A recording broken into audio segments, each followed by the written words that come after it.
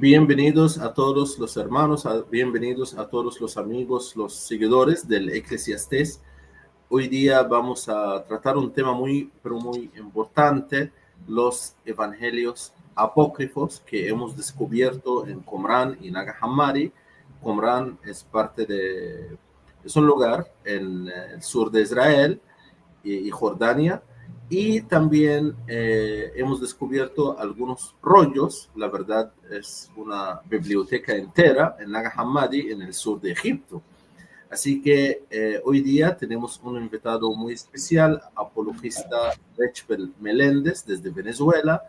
Él ha sido con nosotros también en otra transmisión, donde hemos tratado el mismo tema. Y hoy día vamos a continuar tratando este tema tan amplio. Buenas noches, hermano. ¿Qué tal, hermano? Buenas noches y buenas noches a todos los hermanos que se vayan a conectar y vean este programa. Nuevamente, gracias por la invitación, hermano. De verdad que es un gusto, pues, tratar este tema que, como te digo, me pusiste a estudiar, a repasar nuevamente, y eso es bueno, ¿no? Porque cada día seguimos aprendiendo algo nuevo y este tema es muy interesante, la verdad que sí. Hay muchas cosas que a veces desconocemos o que no comprendemos y no sabemos la importancia que tiene para nosotros como cristianos el conocer esto, ¿no? Sobre todo el caso de los evangelios, y como hablamos la semana pasada, que los evangelios apócrifos son aquellos evangelios gnósticos, ¿no? Aquellos de origen herético, por decirlo así, pero no necesariamente todo aquel escrito apócrifo es un evangelio apócrifo, porque a veces las personas pueden confundir eso debido al descubrimiento en Nag Hammadi, ¿no? Muy bien. Usted ha preparado un material para nosotros el día de hoy. Correcto. Sí, así que vamos a comenzar. Yo veo que el título es Los rollos de Qumran revelan otro Mesías. Correcto. Creo que el programa anterior terminamos aquí, ¿no? Hablando sobre este Yes. punto. Entonces vamos a seguir desarrollándolo un poco más, ¿no? Vamos a recordar de qué trata esto, ¿no? ¿Por qué la pregunta? ¿Por qué Porque decimos que si los es rollos de muy Qumran? importante Sí, profundizar en este tema. correcto. Si revelan otro Mesías o no. Sí, porque a veces pensamos que, bueno, tanto el pueblo judío como nosotros los cristianos creemos que el Antiguo Testamento nos habla de un solo Mesías, ¿sí? Pero la cuestión es cómo concebimos ese Mesías, ¿verdad? Porque el pueblo judío rechazó a Jesucristo como Mesías porque tenía una noción de un Mesías diferente a cómo fue Cristo. Sin embargo, lo que descubrimos en los rollos de Qumran es que se habla de dos visiones de un Mesías, ¿no? Un Mesías sacerdotal y un Mesías real, ¿no? Y muchos eruditos dicen que pues en Qumran se habla de dos Mesías, pero en realidad podemos hablar de dos visiones del mismo Mesías y que se cumplen a cabalidad cuando vemos la persona de Jesucristo, ¿sí? Un Mesías sacerdotal y un Mesías real. Podemos decir que nosotros vemos a Jesucristo como el sumo sacerdote, pero también como el Mesías prometido al pueblo de Israel por ser de la casta de la casa del rey David, ¿sí? Por eso se llamaba Jesucristo el hijo de David, un Mesías real, un rey, ¿sí? El rey de reyes. Pero Jesucristo no solamente era descendiente de David, sino que también sabemos que era descendiente de Aarón, ¿sí? Era tanto de la familia de David como de la familia de Aarón, es decir, familia sacerdotal y familia real, ¿no? De la realeza. Ahora, los rollos de Qumran no es que van a hablar específicamente de Jesucristo, pero sí dan ideas que, como les acabo de decir, complementan lo que es el mesianismo de Cristo. O sea, cómo se menciona a Jesucristo, cómo se describe a Jesucristo como Mesías en el Nuevo Testamento, pues los rollos de Qumran complementan esta idea. Por lo que podemos decir que los escritores del Nuevo Testamento tenían presente estas ideas que tenían presente los que estuvieron escribiendo esos textos que se hallaron en Qumran, ¿no? Esto es lo más interesante. Por eso es que es tan importante este descubrimiento. Ahora, hay diferencias, claramente, ¿no? Hay diferencias con la visión cristiana. ¿Por qué? Porque nosotros hablamos de un único Mesías, no de dos, ¿sí? Por eso es que cuando vamos a los rollos de Qumran podemos decir, ¿hay dos visiones de un Mesías o hay dos Mesías? Y algunos judíos que han estudiado el rollo de Qumran dicen que los esenios, ¿verdad? Que fueron los grupos, o el grupo judío, que era el que estaba prácticamente escribiendo los rollos allí en Qumran, ellos tenían una visión de dos Mesías, ¿sí? Y de hecho, en la historia judía podemos ver que varios personajes se les ha atribuido eso de ser Mesías, ¿sí? Por ejemplo, Bar Kokhba prácticamente es uno de los que más se menciona, pero no cumple con esta cuestión del Mesías sacerdotal, ¿sí? En cambio, Jesucristo sí cumple con esta función. Y es que se entiende claramente cuando Jesucristo dice, mi reino no es de este mundo. Es decir, su reino no era solo terrenal, sino espiritual. Entonces, se comprende mejor el Nuevo Testamento también a la luz de los descubrimientos en Qumran y sobre todo de la persona de Jesucristo. Aquí podemos ver un fragmento de una reproducción fotográfica del gran rollo de Isaías. De hecho, es el mejor conservado de los rollos bíblicos encontrados en Qumran. De hecho, se puede ver también online, ¿no? Están disponibles para que uno los pueda ver de forma online. Este rollo contiene el libro de Isaías completo en hebreo, salvo algunas pequeñas partes dañadas. Este manuscrito fue escrito probablemente por un escriba de la secta judía de los esenios alrededor del siglo II a.C., por lo que es más de 1000 años más antiguo que los manuscritos masoréticos más antiguos. Es decir, los escritos que los judíos tienen ahora son estos, ¿no? De los masoretas, aquellos que añadieron vocales a las consonantes de las letras del calendario hebreo, ¿no? Por decirlo así, del alfabeto hebreo. Por lo tanto, hay algunas variantes, ¿sí? Hay algunas variantes en cuanto a los manuscritos masoréticos y los manuscritos encontrados en Qumran o los rollos de Qumran. Pero en esencia se mantiene la idea, qué curioso es esto, ¿no? Se mantiene la idea que la Septuaginta conservó, ¿sí? Es decir, los rollos de Qumran confirman lo que la Septuaginta, es decir, la traducción al griego de las escrituras del Antiguo Testamento, nos dicen, vamos a decir, acerca de Jesucristo y cómo la iglesia lo entendió, ¿verdad? Por eso es que la Septuaginta fue prácticamente la escritura del Antiguo Testamento que los primeros cristianos usaron y reconocieron como autoridad. Y muchos dicen, no, pero es que esa es una traducción, está errada, pero cuando uno la compara con el texto hebreo de los rollos encontrados en Qumran, hay muchas similitudes. Y es más, se distancia más de los textos masoréticos que de los textos de la Septuaginta. O sea, esto de verdad que es muy interesante porque confirma aún más la postura cristiana y no tanto la judía rabínica posterior, que sabemos que fue la que rechazó a Jesucristo como Mesías, ¿no? Y bueno, esta imagen muestra todo el capítulo 53 de Isaías y es prácticamente idéntica a la versión masorética, ¿no? En este sentido, podemos ver que sí, hay similitudes entre algunas versiones y hay algunos cambios que se le hacen. En este caso, la interpretación que le dan los judíos a los textos obviamente va a ser diferente a la que se le da por parte del cristianismo, ¿no? Ahora, volviendo con Nag Hammadi, ¿no? Esta pregunta también es sumamente interesante. Nag Hammadi contiene un cristianismo auténtico, porque esto es lo que salió a relucir, ¿no? Por parte de muchas personas, académicos, otros que eran, por decir, agnósticos o eruditos bíblicos, pero que no eran cristianos. Ellos sacaron a relucir que el descubrimiento de Nag Hammadi del siglo pasado reflejaba el verdadero cristianismo, ¿sí? Y que lo que nosotros recibimos como cristianismo fue un invento del catolicismo romano, de la iglesia por el papado, ¿no? Que se manipuló, que fueron ideas que no eran, que se quiso imponer, que se quiso relegar el papel de la mujer. ¿Por qué? Porque el gnosticismo buscaba relevar el papel de la mujer, ¿no? De hecho, lo vamos a ver con uno de los evangelios gnósticos apócrifos más conocidos actualmente, ¿no? Pero hay que decir esto, no reflejan un cristianismo auténtico, lo que reflejan es el gnosticismo, ¿sí? No la fe apostólica. Padres de la iglesia, como Ireneo, Justino Mártir, o escritores eclesiásticos como Orígenes, los refutaron en el siglo II, ¿sí? El gnosticismo fue refutado desde el principio, aunque algunos cristianos, por eso decimos que existe un cristianismo gnóstico, codiaban, ¿no? Un poco, vamos a decir, estaban como que cayendo un poco en estas ideas gnósticas, porque sí tenían mucha influencia, ya que también decían venir del apóstol San Pablo, pero en realidad sus ideas eran muy contrarias. los padres de la iglesia, los que estaban más acordes a la tradición, al magisterio, por decirlo así, de la iglesia, esa comunión de los obispos, sucesores de los apóstoles, refutaron estas ideas de los gnósticos.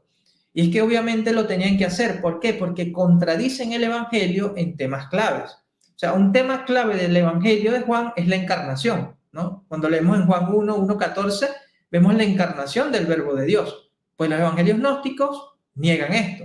Igualmente que la resurrección física, porque ellos lo ven más de una forma espiritual.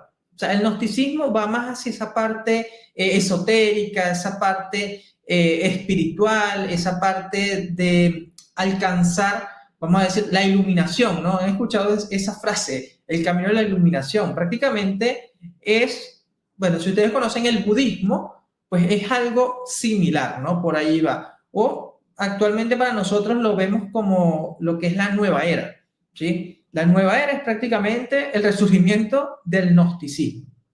Por eso decimos que presenta un Cristo esotérico, diferente al de los apóstoles. Por esa razón no se aceptaban los evangelios gnósticos. Aquí quiero que profundicemos un poquito en el anterior. Ok. Aquí dice, niegan, y se refiere a los rollos de Nag Hammadi. Los rollos de Nag Hammadi niegan la encarnación. Es decir, ellos niegan la divinidad de Jesús. Entonces, me imagino que, usted me corrige, que ellos consideran a Jesús un Mesías puramente humano, un Mesías humano, nada más, un profeta, un apóstol de Dios, un Mesías humano, pero no es divino. ¿Estoy en lo correcto? Es que la cuestión con el gnosticismo es que no es una sola filosofía, es decir, son varias filosofías. Podemos decir que está esta cuestión docetista, que veían que Cristo fue un cuerpo aparente. Es decir, ellos reconocían que Jesucristo era Dios, pero su cuerpo era aparente, no era realmente, vamos a decir, una persona divina, como nosotros la creemos, o una persona 100% humana y 100% divina, como nosotros creemos, por la unión hipostática. Por eso es que se habla de herejías cristológicas. Cuando decimos que niegan la encarnación, es que niegan el sentido que el verbo, ¿verdad?, posó en el vientre de María, se encarnó y obtuvo un cuerpo real, es decir, un cuerpo humano, ¿sí?, una naturaleza humana. En este caso va más por la parte docetista, que dicen que tenía un cuerpo aparente, es decir, como por decir un disfraz, ¿no? O sea, que sí, era Dios, era el verbo, pero solamente se puso un disfraz. No es tanto negar la divinidad, sino más bien esta parte de la naturaleza humana no la reconocían del todo completa, ¿sí? Por eso es que el Concilio de Nicea define lo que es prácticamente la unión hipostática o la naturaleza humana y divina. Bueno, lo hace más que todo el Concilio de Éfeso posteriormente. Pero sí, había unas mezclas muy extrañas en cuanto a este Cristo, ¿no? Por eso se habla de un Cristo esotérico. O sea, aquellas cosas que lo hacían más humano, lo querían algunos, ¿no? Porque eso es lo complicado de hablar de los gnósticos. Lo querían rebajar, ¿sí? Algunos evangelios gnósticos hablan de Cristo como muy humano, ¿sí? Como que quería hacer, vamos a decir, quitarle todo lo divino, que es la parte que tú estás mencionando, hermano.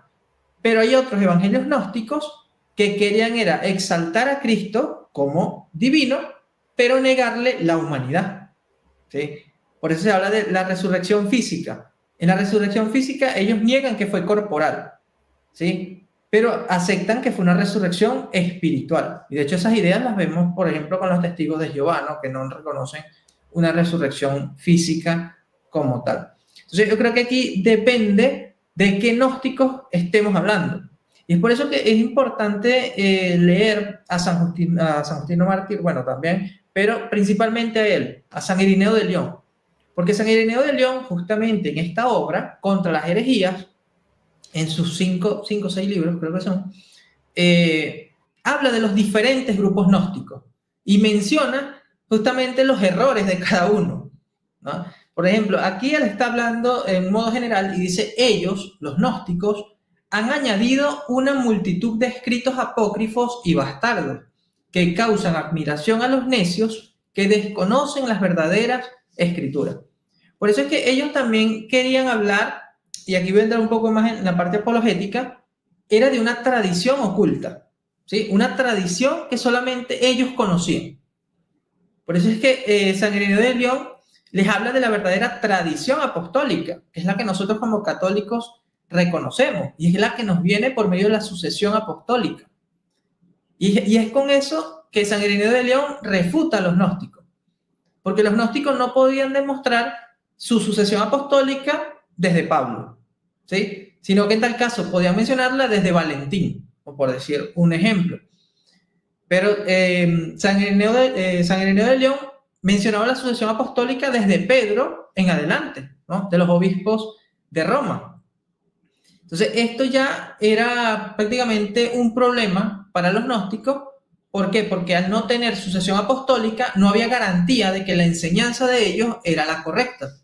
En cambio, la enseñanza que recibimos nosotros por medio de la sucesión apostólica es la correcta, dado que tenemos garantía de quién viene, de quién se nos transmitió.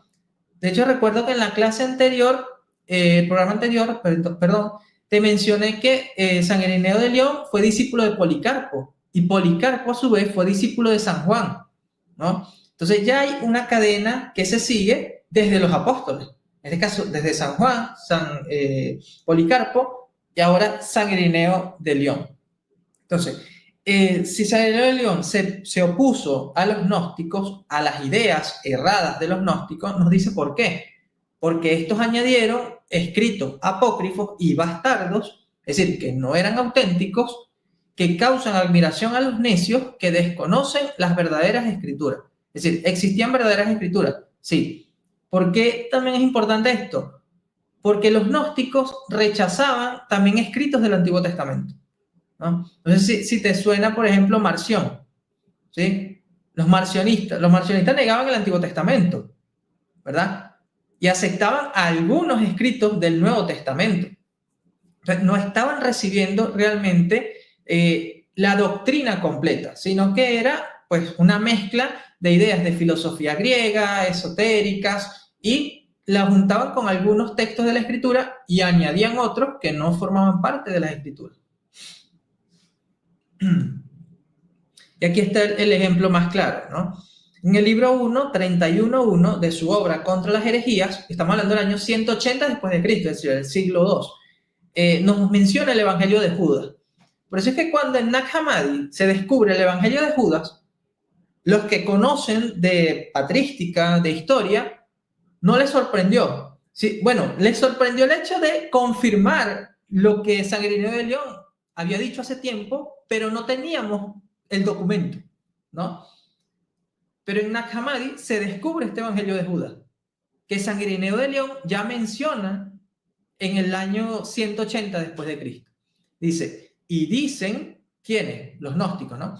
Que Judas el traidor fue el único que conoció todas estas cosas exactamente, porque solo él, entre todos, conoció la verdad para llevar a cabo el misterio de la traición, por la cual quedaron destruidos todos los seres terrenos y celestiales. Para ello muestran un libro de su invención, que llaman el Evangelio de Judas.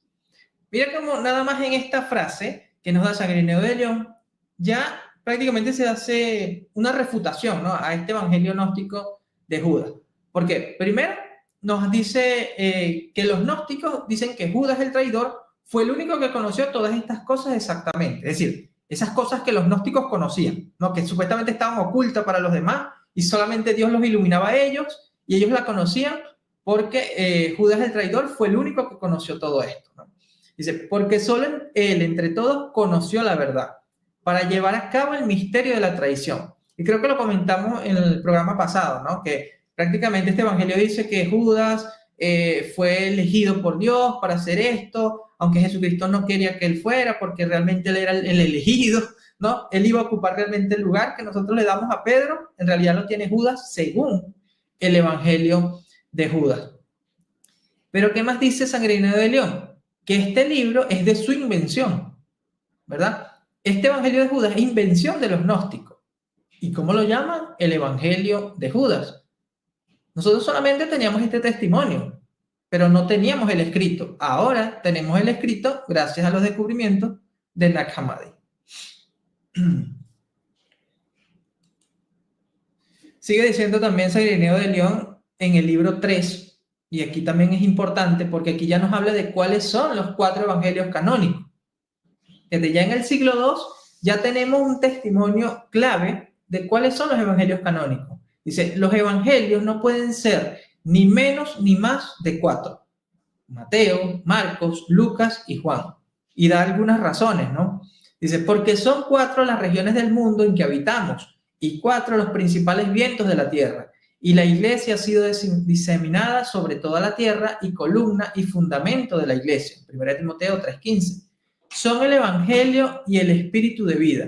Por ello, 4 son las columnas en las cuales se funda lo incorruptible y dan vida a los hombres. Y prácticamente esto que nos decía San Ireneo de León fue lo que prevaleció en la iglesia, ¿no? Por eso se reconocieron 4 evangelios canónicos: Mateo, Marcos, Lucas y Juan. Pero hay algo más interesante todavía, y es que se hablaba de un evangelio de Marcos, pero el evangelio nunca menciona que es de Marcos. ¿Sí? El evangelio de Marcos nunca menciona que es de Marcos. ¿Cómo sabemos esto? Por la sucesión apostólica y por la tradición de la iglesia. Por eso es que es tan importante para nosotros como cristianos comprender y reconocer lo que es la tradición de la iglesia y la sucesión apostólica. Otra pregunta. ¿Contienen narrativas diferentes sobre Jesús los textos apócrifos? Bueno, vamos a aclarar algo acá. Los textos apócrifos fueron escritos por diferentes comunidades y sectas con diversas agendas teológicas. Recordemos que en el programa pasado aclaramos que los apócrifos no solamente se señalan como apócrifos heréticos, sino que también hay apócrifos de origen católico. No sé si el hermano Rancés Ibrahim se recuerda de los que mencionamos, ¿no? Como ejemplo, tenemos por lo menos el protoevangelio de Santiago, que podemos decir que es un apócrifo de origen católico porque no contiene herejía como tal, ¿no? Sino que más bien llena algunos huecos de la escritura. Por decir, los nombres de los padres de la Virgen María, Joaquín y Ana, pues son tomados de allí o prácticamente se mencionan allí, ¿sí? Tenemos entonces los evangelios canónicos que se basan en testigos oculares y en la transmisión apostólica. Los apócrifos, esto sí hay que decirlo, a menudo incluyen elementos fantásticos y doctrinas ajenas al cristianismo primitivo, ¿sí? Cuando decimos doctrinas ajenas al cristianismo primitivo, es referente a los evangelios apócrifos heréticos, ¿no? Pero en cuanto a aquellos textos apócrifos que son, digamos, devocionales o, vamos a decir, piadosos, ¿no? Mejor dicho, como el protoevangelio de Santiago, pues pueden tener elementos fantásticos. Por lo menos ahí se menciona, por decir, la virginidad perpetua de María, ¿no? La consagración de María en el templo, y que para muchos eso puede ser algo, decir, poco creíble, ¿no? Pero son elementos que se usaban. De hecho, se ha dicho que los que escribieron, o la comunidad, ¿no? Por decirlo así, que escribió el protoevangelio de Santiago fue una comunidad judía, ¿sí? No griega, porque primero se pensó que eran unos cristianos griegos que habían escrito el protoevangelio de Santiago, pero las evidencias llevan a la conclusión de que en realidad fue una comunidad judía. ¿Por qué? Porque se mencionan muchos elementos judíos, ¿no? Y bueno, aquí tenemos los ejemplos de apócrifos, ¿sí? Tenemos el Evangelio de Tomás, vamos a mencionar algunos ejemplos. El Evangelio de Tomás es un evangelio gnóstico del siglo II. El protoevangelio de Santiago, también es del siglo II, contiene tradiciones sobre la infancia de la Virgen María. Tenemos el Evangelio de Pedro del siglo II con elementos docetistas, ¿sí? Recordemos que los docetistas eran aquellos que pues, no creían que Jesucristo realmente tenía un cuerpo, sino que era como un disfraz, ¿no? Prácticamente. Hay errores en los apócrifos. Vamos a decir, por ejemplo, que el Evangelio de Tomás contiene enseñanzas gnósticas ajenas al cristianismo. Ojo, no hay que confundir el Evangelio gnóstico de Tomás con el Evangelio de la infancia de Tomás, ¿sí? Porque aunque ambos quisieron atribuírselo a Tomás, tienen diferentes narrativas. ¿Sí? Por ejemplo, el Evangelio de la Infancia de Tomás narra milagros infantiles de Jesús que son absurdos y contradictorios con su misión. Si no me equivoco, creo que el Evangelio de la Infancia de Tomás menciona que Jesucristo, siendo niño, prácticamente mató a un niño y él lo resucitó. O sea, una cuestión fuera de lugar, ¿no? Y se mencionan algunos milagros que hizo Jesús siendo niño, pero que en realidad no tienen mucho sentido. Aquí podemos ver dos textos, ¿no? O fragmentos de textos, tanto de un evangelio canónico como de un evangelio apócrifo. En este caso tenemos el fragmento de San Juan 18:31-3, 18:37-38, mejor conocido como el papiro P52 o el papiro de la Biblioteca Reina P52. Es el más antiguo que tenemos, ¿no? Del siglo II después de Cristo. O sea, no es que el texto original es del siglo II, no, el texto original prácticamente es del año 90, podemos decir 70, ¿no? Es cuando se cree pues, que San Juan Evangelista escribió el Evangelio de San Juan. Pero las copias que tenemos, la más antigua que hemos podido recopilar es este fragmento, ¿no? Del siglo II. Y tenemos el inicio del Evangelio de Tomás, de la Biblioteca de Nag Hammadi, Codex II, folio 32, que prácticamente se sitúa al año 340 después de Cristo. ¿Existe evidencia de que los apóstoles conocieran o rechazaron los apócrifos? Bueno, esto es simple lógica, ¿no? Los apóstoles no conocieron estos textos porque fueron posteriores a los apóstoles, o sea, surgieron después de su época. Los apócrifos más antiguos que podríamos tener son del siglo II, ¿sí? Algunos académicos, eruditos, quieren a veces situarlo antes, ¿no? Al periodo apostólico, pero tienen muchos problemas, o sea, muchas complicaciones, ¿sí? Por eso la mayoría pues, concluye que los apócrifos son del siglo II en adelante. Padres de la iglesia como San Ireneo, del siglo II, y Orígenes, del siglo III, rechazaron los apócrifos como textos falsos, ¿sí? No le daban mucha veracidad, hablando de los apócrifos gnósticos, ¿sí? Hay que aclarar ese punto. Ya recordamos lo que nos dijo San Ireneo de León, que estos fueron añadidos por una comunidad, ¿no? En este caso los gnósticos, y eran para prácticamente causar admiración a los necios que desconocen las verdaderas escrituras. Y tenemos el ejemplo del Evangelio de Judas, que como vimos lo menciona también San Ireneo de León. Ahora, ¿cómo interpretar las aparentes contradicciones entre los textos de Qumran y el Nuevo Testamento? Porque esto es algo que nos hacen énfasis aquellos que le dan más importancia, más veracidad a los textos descubiertos en Nag Hammadi o en Qumran que a los textos que tenemos, ¿no? O a los textos que se han transmitido. Pero hay que decir, y hay que distinguir, ¿no? Vamos a hablar de los textos de Qumran. Los rollos reflejan la diversidad del judaísmo en tiempos de Jesús, pero no una contradicción con el cristianismo, ¿sí? Porque recordemos que los textos que encontramos en Qumran no solamente eran textos de los esenios, sino que también eran de otros grupos judíos de la época, ¿sí? Las diferencias reflejan la mentalidad judía precristiana, pero curiosamente, esta mentalidad judía precristiana es más coherente con la mentalidad cristiana, ¿sí? Que con la mentalidad judía rabínica, que es la que actualmente conocemos, ¿no? Que son los judíos rabínicos. El Nuevo Testamento revela el cumplimiento de la profecía mesiánica, y como lo vimos hace rato, o hace un momento, los textos de Qumran, cuando hablan esas dos visiones, que me gusta decirlo de esa manera, del Mesías, como un Mesías sacerdotal y un Mesías real, se cumple totalmente en Jesucristo como el sumo sacerdote. O sea, y para entender esto solamente hay que leer la carta a los hebreos, ¿sí? En la carta a los hebreos vemos a Jesucristo como el sumo sacerdote.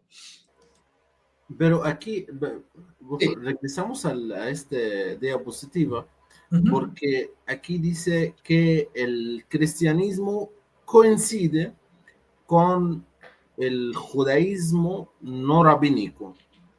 Bueno, el judaísmo rabínico y no rabínico, todos dependen de la Torah, el Ketubim y el Nabiim.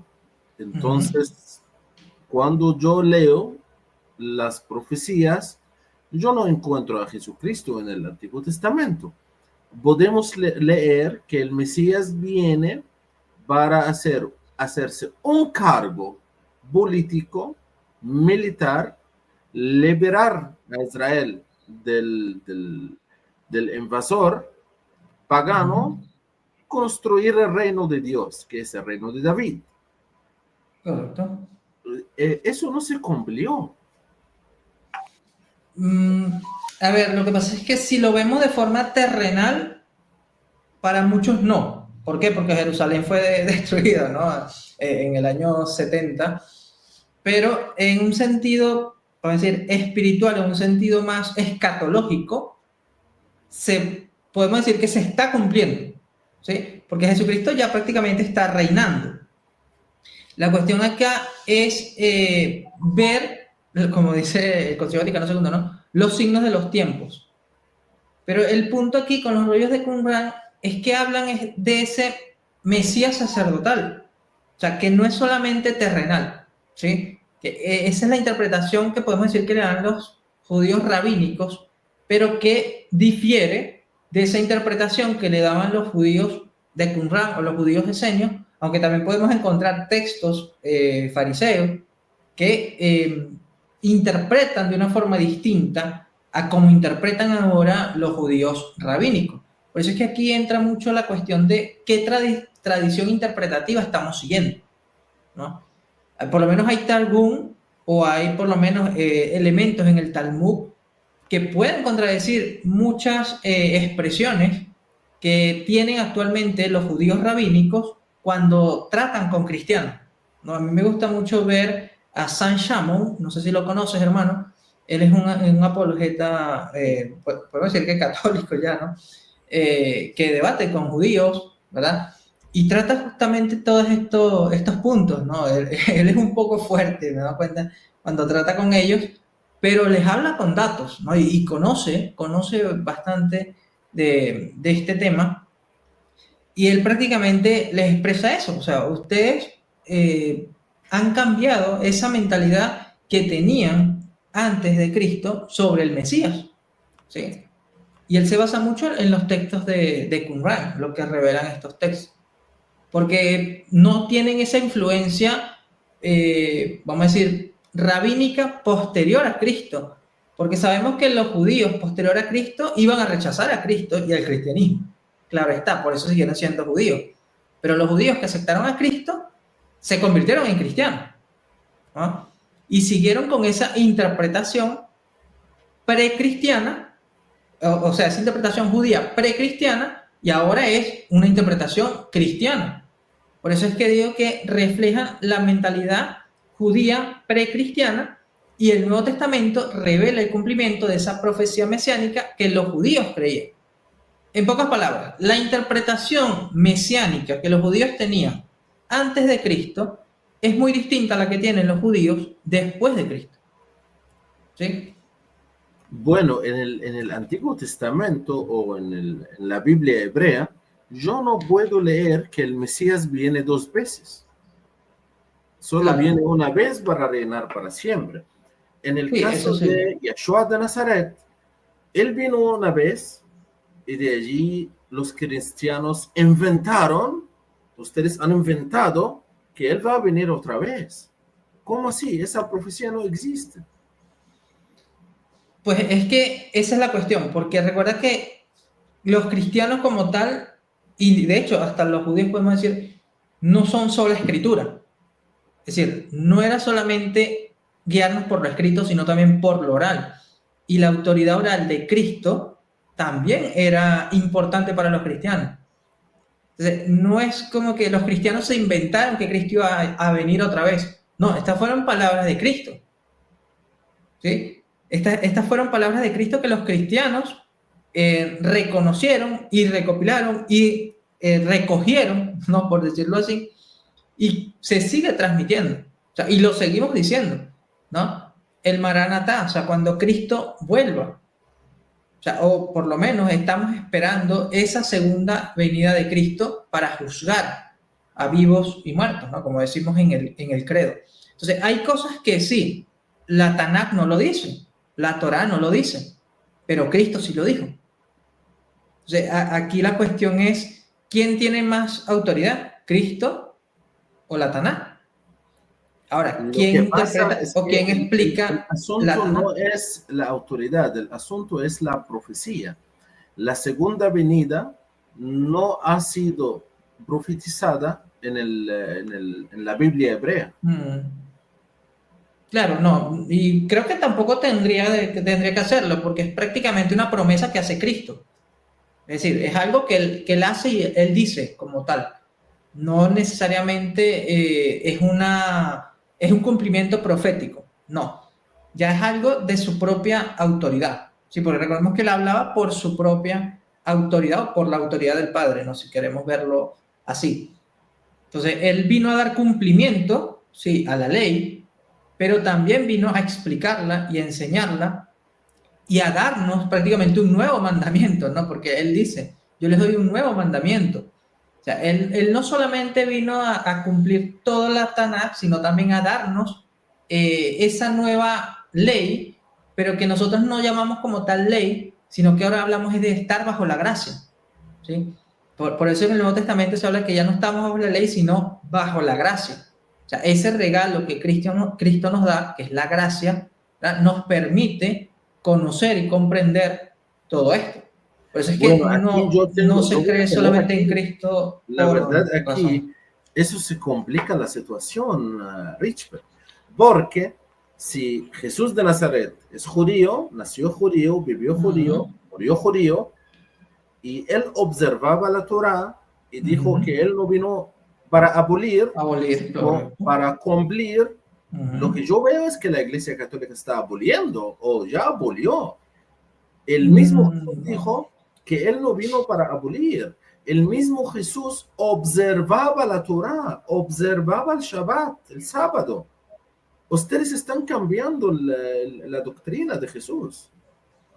Bueno, no lo vería así como tal, porque repito, tiene más autoridad Cristo que la misma Torá, o sea, porque Cristo es la palabra de Dios encarnada.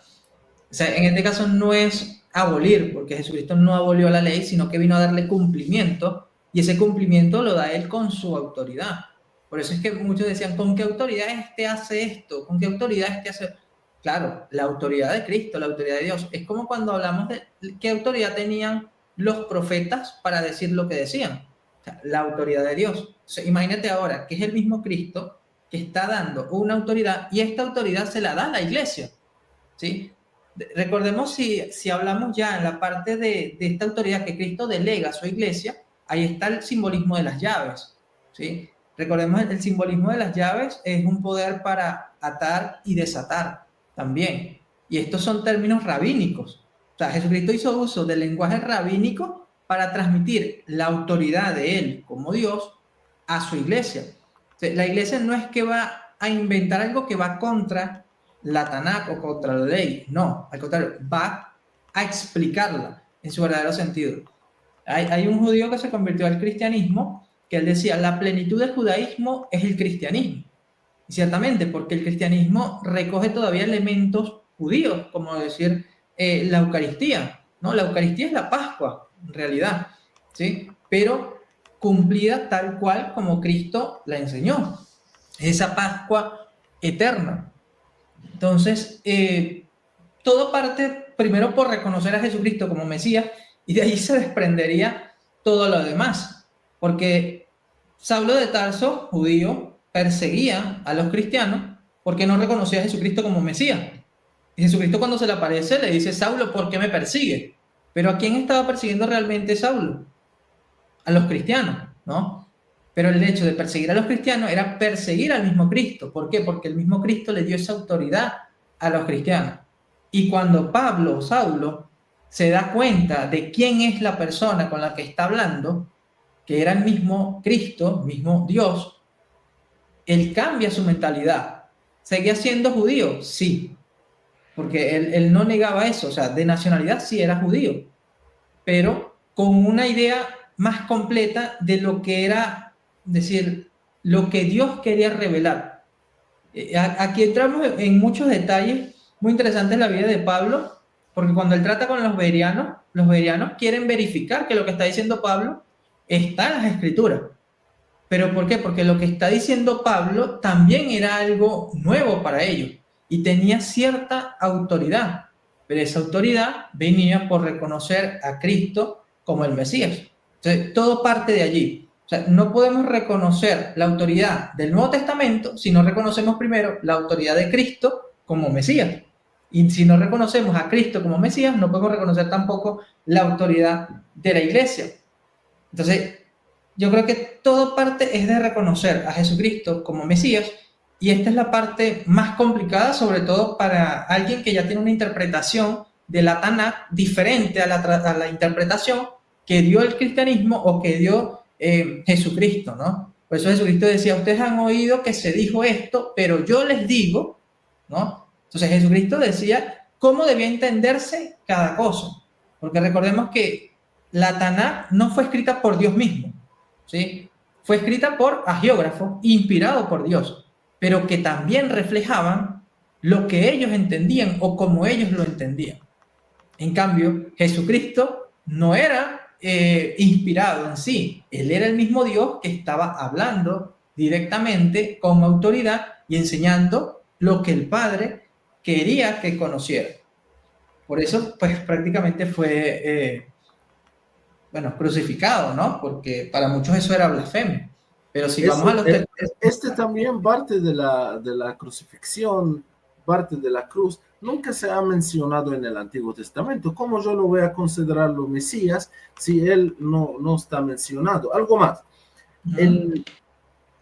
Aparte de la segunda venida, que no tiene profecía, y aparte de la crucifixión. Y ahora no recuerdo, no he profundizado en esa parte, sinceramente. Tendría que profundizar allí, pero... Y la parte de que Jesús dice, todavía estoy hablando de la profecía mesiánica, estoy en el marco de la profecía mesiánica. Jesús dijo, y él es la máxima autoridad, dijo, yo les digo, así entre comillas, yo les digo que esa generación no se va hasta que vea el Hijo del Hombre viniendo en su gloria. No hemos visto nada, Richbel. Ya pasaron 1000 generaciones y no hemos visto nada. Entonces, ¿mintió Jesús? No, habría que entender cómo se entiende generación, porque podría ser, vamos a decir, de una forma general, ¿no? O sea, al pueblo como tal o a una cierta comunidad. O sea, hay varias formas de entender generación. O sea, muchos cristianos al principio entendían que era esa generación, ¿no? De ese tiempo, o sea, los que conocieron a Jesús. Pero realmente, posteriormente, se entendió que no era así. Entonces, ya aquí entra la interpretación. O sea, cómo interpretemos nosotros el texto es lo que nos va a ayudar a entender mejor las palabras de Cristo. Y te entiendo que esas cuestiones son realmente válidas de analizarlas, porque sí, podemos decir, oye, pero entonces Cristo aquí mintió, porque ¿qué pasó aquí? No, aquí entra ya la interpretación y ver cómo se entiende este texto, ¿no? Porque a veces las palabras tienen diferentes usos dependiendo del contexto y sobre todo cuando vamos al lenguaje original, ¿no? Como tú sabes, hay textos o palabras en hebreo y en griego que tienen diferentes acepciones. O sea, dependiendo del contexto es que uno va a atender a qué se está refiriendo. Necesitamos más partes, hermano, también en la hermenéutica. Sí, claro. Esa claro. de la hermenéutica va a ayudar. Bueno, sí, bastante. Sí, es una ciencia muy amplia y va a ayudarnos mucho en este caso. Bueno, sí, sobre todo ver el contexto y todo eso ayuda mucho, ¿no? ¿Continuamos? Sí, claro. Ok. Ok, otra pregunta, ¿no? ¿Qué valor histórico y teológico tienen los evangelios apócrifos? Porque muchas veces las personas tienden a rechazarlo. Oye, no, pero son evangelios apócrifos, entonces no debo leerlos, no debemos tenerlos, hay que quemarlos, no. O sea, los evangelios apócrifos ayudan a comprender el pensamiento religioso de la época, pero carecen de valor doctrinal. tienen un valor histórico porque ayudan a entender las corrientes de pensamiento del cristianismo primitivo y sus contextos culturales. En este caso, el protoevangelio de Santiago, pues prácticamente ayuda a conocer cómo era la cultura judía, por decir, en el siglo I, ¿no? Cuando María era una niña. El valor teológico ofrece en contraste con la ortodoxia cristiana. O sea, puede que tengan algunos detalles que puedan contradecir la doctrina, en este caso hablando de los apócrifos heréticos, pero son valiosos para entender las corrientes heterodoxas del cristianismo primitivo, pero no como fuentes doctrinales, ¿sí? O sea, son valiosas en el sentido histórico porque nos ayudan a conocer el pensamiento que había en esa época, ¿no? En el que fue escrito. Pero hay que entender también que tienen corrientes heterodoxas, es decir, herejías, errores, que van contra lo que el cristianismo primitivo, que repito, la clave para entender cuál es el cristianismo correcto es aquel que tiene sucesión apostólica y sigue la tradición interpretativa de esa sucesión apostólica. Aquí podemos ver, ¿no? una imagen de uno de los estudiosos allí revisando con una lupa los textos, y digo que, wow, este es un gran trabajo porque de verdad leer el hebreo, el griego, no debe ser muy fácil. Sí, esta parte si vamos a regresar a esta diapositiva, donde sí, poniendo la lupa aquí, la verdad yo veo que nosotros también tenemos que usar estas lupas para leer la Biblia hasta en el español. Tenemos que leerla bajo la lupa también, porque puede que nosotros entendemos algo, pero cuando leemos bajo la lupa, como dice el padre Toro, entendemos de manera diferente y más profunda. Mi pregunta aquí es lo siguiente. Algunos rollos yo los veo como rotos. Entonces, ¿cómo así que se sacan un texto completo y puede ser que el rollo está roto o hay partes perdidas, ¿no?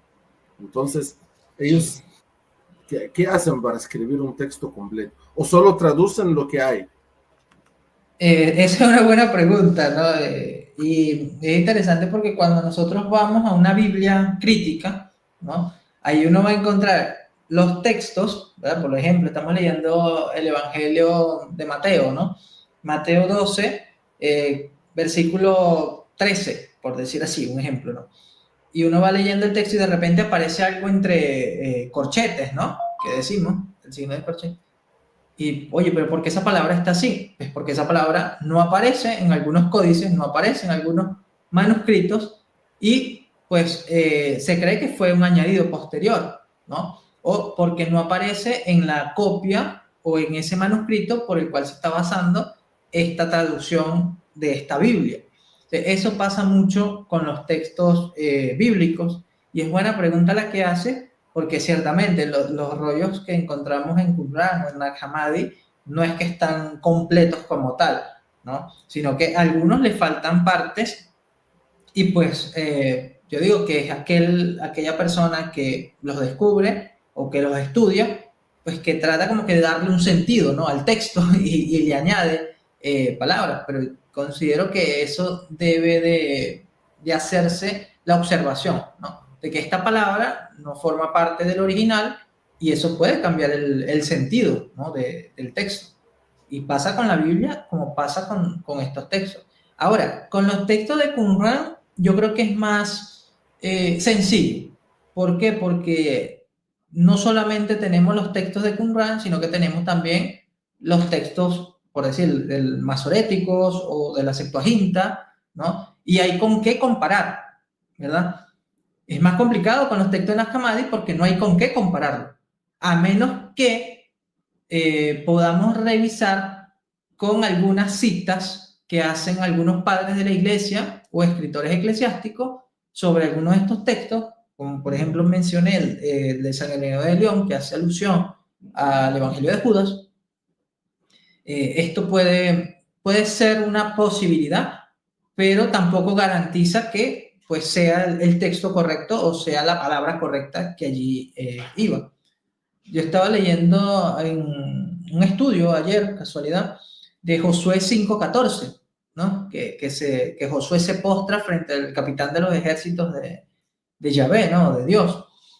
Que muchos dicen que fue un ángel, ¿no? El que se le apareció, y hay una discusión que si ese ángel era el mismo Cristo mediante una cristofanía o era San Miguel Arcángel. Y resulta que cuando uno va a la literatura judía, uno revisa el Targum del Cairo, Targum de Genizá del Cairo, y la palabra que aparece allí es... no, perdón, estoy mezclando dos ideas. Me confundí aquí porque estaba mezclando dos ideas. Perdón. Cuando uno revisa el texto de Josué 5:14, en los manuscritos más antiguos, no menciona la palabra ángel. O sea, la palabra ángel es un añadido que hacen algunos manuscritos. ¿Sí? O sea, esto es algo que el hermeneuta tiene que tomar en cuenta. Porque uno asume, bueno, mira, yo reviso en mi Biblia y ahí dice que es un ángel que se apareció. Oye, pero si vamos a la hermenéutica, si vamos al exégesis, si vamos a profundizar en el texto, originalmente no aparece la palabra ángel. Que así nos ha llegado ahora, porque se basan en copias que han transmitido eso así, ya es otra cosa. Por eso es que la crítica textual es un arma de doble filo. ¿Sí? Porque o te puede dar más fe o te puede quitar la fe. En el sentido de que si tú piensas que esto dice así y tú estás totalmente seguro y de repente cuando empiezas a estudiar la crítica textual te das cuenta de que no, eso puede traer problemas. Yo creo que la garantía, o mejor dicho, la guía es estudiar el texto con la iglesia, porque la iglesia no se opone a la crítica textual, pero la iglesia cuida de que no se trate de rechazar lo esencial, ¿sí? Como te había dado el ejemplo la semana pasada, si un texto dice, eran 42 soldados, y de repente otro texto dice, no, eran 52, ¿eso en qué va a afectar tu fe? En nada, ¿verdad? Por el hecho de que tenga ese error, ese cambio allí, no afecta en nada. Pero si un texto dice que Jesucristo era Dios y otro dice que no, oye, eso sí. No, por dar un ejemplo. Porque, mira, pero entonces aquí cambia la cuestión. Pero bueno, ya aquí entraríamos en ver si el evangelio es canónico, o si es apócrifo, si el texto como tal, cuáles son los manuscritos más antiguos, y no necesariamente por ser más antiguos, porque a veces se basan más en la cantidad que tengamos, ¿sí? Si son más manuscritos que tienen esta palabra, esto es más confiable que es más antiguo y tiene esta palabra. Pero bueno, ya eso es criterio del traductor, ¿no? Pero es muy interesante la pregunta que hiciste, hermano, y espero que, bueno, haberla respondido bien. Ok, seguimos acá. ¿Cuál es la posición oficial de la iglesia sobre Nag Hammadi? Bueno, hay que decir lo siguiente. La iglesia los considera textos heréticos, ¿sí? Allí no está el protoevangelio de Santiago, son los textos gnósticos. Son útiles solo para entender desviaciones doctrinales. La iglesia reconoce su valor para entender las herejías gnósticas, pero no les da autoridad doctrinal. Son considerados textos históricos interesantes, pero no doctrinalmente válidos. Se estudian, porque todavía se estudian, de hecho yo los tengo, o sea, yo tengo un compendio completo que trae los evangelios gnósticos, ¿no? Se estudian como documentos históricos, pero no como revelación divina, o sea, porque reflejan el pensamiento de la persona que lo escribió, ¿sí? Entonces podemos decir que habían cristianos con estas ideas, ¿sí? Pero bueno, para que no digan que es solamente mi opinión, aquí quiero citarles al Papa Benedicto XVI, ¿no? Que va a hablar del Evangelio de Tomás. Esto fue en la audiencia general del miércoles 27 de septiembre de 2006. Dice, el cuarto Evangelio nos ha conservado una última referencia a Tomás, al presentarlo como testigo del resucitado en el momento sucesivo de la pesca milagrosa en el lago de Tiberíades, Juan 21:2. En esa ocasión es mencionado incluso inmediatamente después de Simón Pedro, signo evidente de la notable importancia de que gozaba en el ámbito de las primeras comunidades cristianas. De hecho, en su nombre, aquí nos va a mencionar algo el Papa Benedicto, en su nombre fueron escritos después los hechos, ¿sí? Porque hay un apócrifo que se conoce como los Hechos de Tomás y hay otro que se conoce como el Evangelio de Tomás. Ambos apócrifos, pero en cualquier caso, importante para el estudio de los orígenes cristianos. Fíjense, estas palabras son del Papa Benedicto XVI. No es que está diciendo que no los lean, que los rechacen, que... No. O sea, para los que nos gusta el estudio bíblico, el estudio de la historia, el estudio de la patrística, el Papa Benedicto XVI nos dice que son importantes para el estudio de los orígenes cristianos. Luego sigue diciendo, recordemos por último que según una antigua tradición, Tomás evangelizó primero Siria y Persia. Así lo dice ya Orígenes, según refiere Eusebio de Cesarea, Historia Eclesiástica 3.1. Luego se dirigió hasta el oeste de la India, como lo leemos en Hechos de Tomás 1.2 y 17, desde donde llegó también al sur de la India. Con esta perspectiva misionera terminamos nuestra reflexión deseando que el ejemplo de Tomás confirme cada vez más nuestra fe en Jesucristo, nuestro Señor y nuestro Dios. Podemos decir también lo siguiente, que eso sí se me pasó por alto. Puede ser que aquellos que le daban el nombre de algún apóstol al escrito apócrifo era porque admiraban a esa persona también.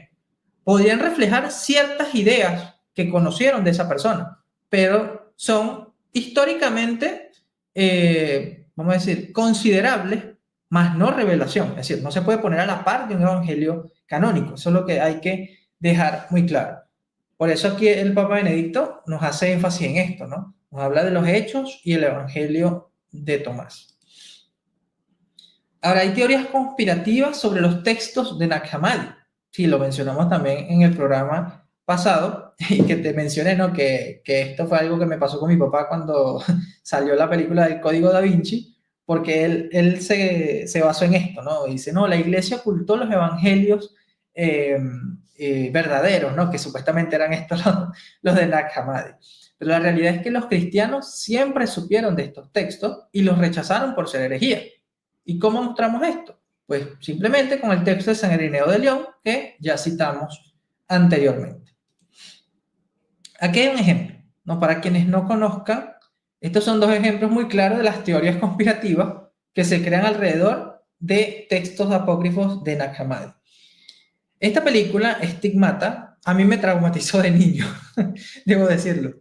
Yo era un niño cuando salió esta película, creo que esta película es del 97, 98, bueno, por ahí. Yo sí, parece que yo tenía como 6, 7 años cuando vi algunas escenas, no todas, que trata de una mujer que recibía los estigmas, ¿no?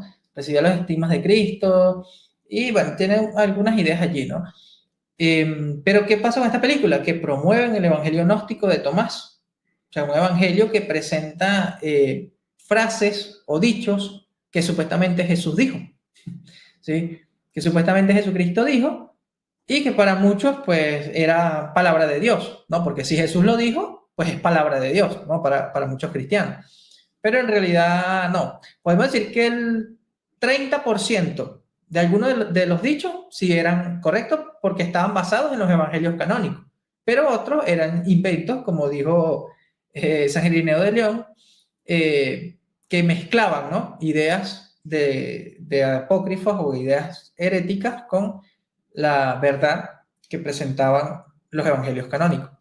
Y bueno, el más reciente, que es el de Código Da Vinci, de Dan Brown, ¿verdad? Que promueve el evangelio gnóstico de María Magdalena, ¿no? Que Jesucristo se casó, que tuvo una hija, y bueno, los que vieron la película o leyeron el libro, pues se darán cuenta que hace mucho énfasis en el evangelio gnóstico de María Magdalena, y también creo que el evangelio de Felipe, también lo menciona aquí, que es otro evangelio gnóstico con ideas, pues, muy contradictorias con lo que son los evangelios canónicos.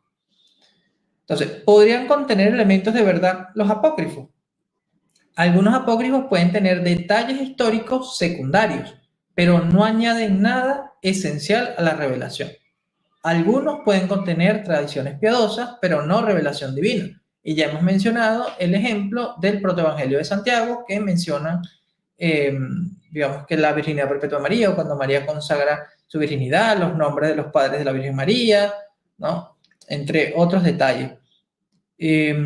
Ahora, la revelación está completa en la Biblia y la tradición. O sea, para los cristianos, la revelación está completa en la Biblia y la tradición. Por lo tanto, no añaden nada a la fe cristiana. Eso hay que tenerlo muy claro. Y terminamos con esta cita del Papa Juan Pablo II en su audiencia general del 15 de octubre de 1997, donde nos confirma esto del protoevangelio de Santiago. Dice: además, bajo el influjo del protoevangelio de Santiago, se instituyeron las fiestas de la Natividad, la Concepción y la presentación de la Virgen María, que contribuyeron notablemente a destacar algunos aspectos importantes del misterio de María. ¿Cuál es el mensaje para los interesados en estudiar los textos apócrifos? Primero, que no deben verlos como una amenaza, ¿sí? O sea, no le tengan miedo, ¿sí? Sino que tienen que verlo como evidencia de la diversidad del pensamiento religioso en la antigüedad, ¿sí? Porque no vamos a decir que todo era color de rosa en los primeros siglos del cristianismo, no. Existieron muchos grupos heréticos, muchas sectas, entre esos estaban los gnósticos, y por lo tanto reflejan el pensamiento religioso variado que existía allí. Ahora, la fe católica se basa en la enseñanza apostólica transmitida en la escritura y la tradición.